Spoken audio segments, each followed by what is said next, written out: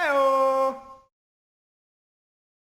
What is going on, guys? It's Triple G here, back with another Borderlands 3 video, and today we're going to be going through Flak's fourth skill tree, the Gravity Snare. You might have seen this already on the Ultimate Vault Hunter episode I did where I went through a build called Gravity Flak, but if you haven't, let's get straight into this, guys. If you do enjoy this video, please consider subscribing to the channel. It really does help. Or join us over on Twitch Live. We stream 5 times a week.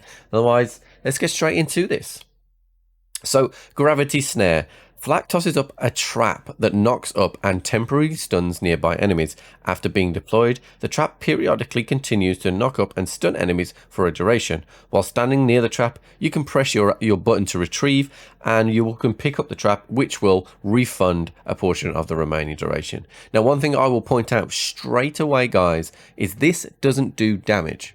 It doesn't do damage. It picks them up and stuns them, which periodically stops them from shooting at you, but it does not do damage. So it's a disabling thing. So just wanted to make that clear from the start. Pet Iron Loader. Flak is joined by a loyal mini Iron Loader bot companion armed with a shock sniper rifle and homing shock orbs that can be shot to trigger a shock nova. While accompanied by the Iron Loader, Flak gains increased elemental resistance. This was obviously the pet that everybody starts with. I didn't actually choose this pet, but for reasons which I'll go into a bit later on. Gotta go fast. Flak's pet gains increased movement speed and damage. Pretty self-explanatory here, and it can get up to 35% pet damage. Next we have Success Imminent. Whenever Flak's or their pet's shield breaks or is filled, they and their pet gain a radiation nova, and this skill has a short cooldown time. So this goes off quite often, actually, when you are playing. Unfortunately, I didn't feel like the damage was enough when I used it, but that could change. Agility training. Flak and their pet gain increased reload speed. Pretty self-explanatory there. Then we have Better Toys. Flak and their pet gains increased shield recharge rate and shield recharge delay. Now, it's important to note that when we get down to the skills later on, that this pet will have a shield. So this could be of use for certain builds. Next, we have the first augment, which is Forage. Whenever an enemy trapped by Flak is knocked into the air, they drop ammo, health boosters, and shield boosters. This is actually more useful than you think. This is really quite useful, particularly on Flak, who's a bit ammo hungry. Then we have Combat Veterinarian. Whenever Flak shoots the same enemy their pet is attacking, Flak's pet will gain a portion of that damage dealt back as health. Now, this is pretty useful. If you see your pet in trouble, you can just start shooting the guy that's hitting the pet, and you kind of bring your pet back to life. So it's pretty useful.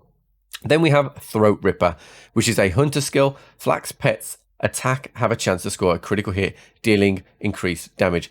This skill is super important for this tree. This skill is super important. Remember this skill. Giving your pet a chance to score critical hits is important for this tree. Then we have Wide Net. Pretty self-explanatory here. We're going to get increased duration and radius on the trap, which is pretty nice.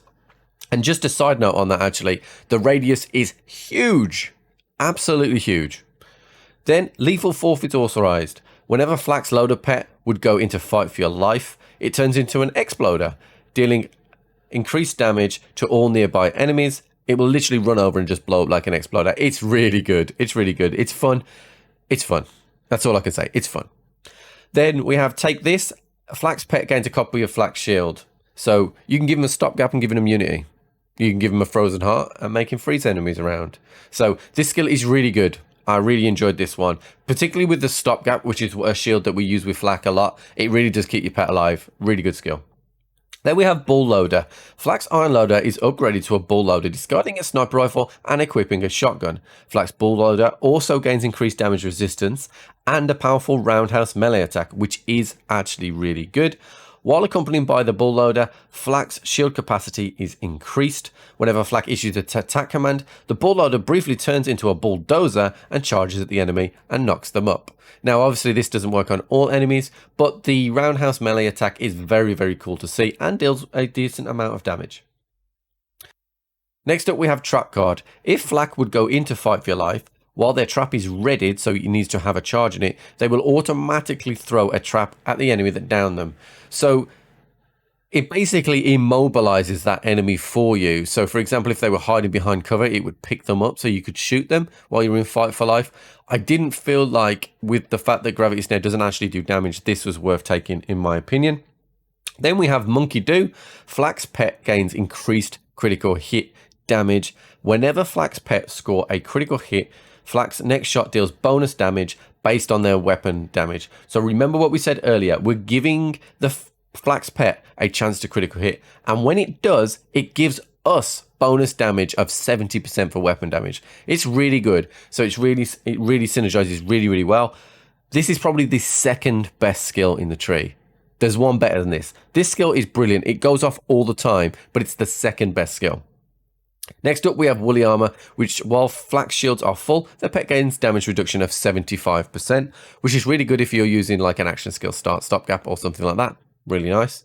Then we have Not Even a Challenge. Whenever Flak's pet kills an enemy, Flak gets increased action skill duration and action skill cooldown rate for a short time. The next thing on the list is Warloader. Now, this was the bot that I used the most. This was my pet. Flak's Iron Loader upgrades into a Warloader, discarding its sniper rifle and equipping an incendiary shotgun and grenades. While accompanied by the Warloader, Flak gains increased fire rate.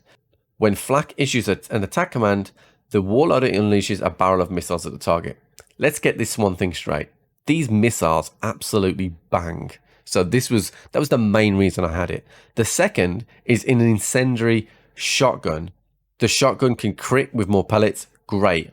The third thing, this is the only pet in Flak's skill tree that can actually throw grenades. So you can get on grenade thrown, or you can throw a hex, for example. You can charge your consecutive hits just from this dude.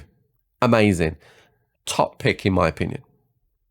The final augment is Blind with Anger. Flak's trap no longer knocks up or stuns enemies. Instead, the trap confuses nearby enemies, causing them to attack their allies for a short time.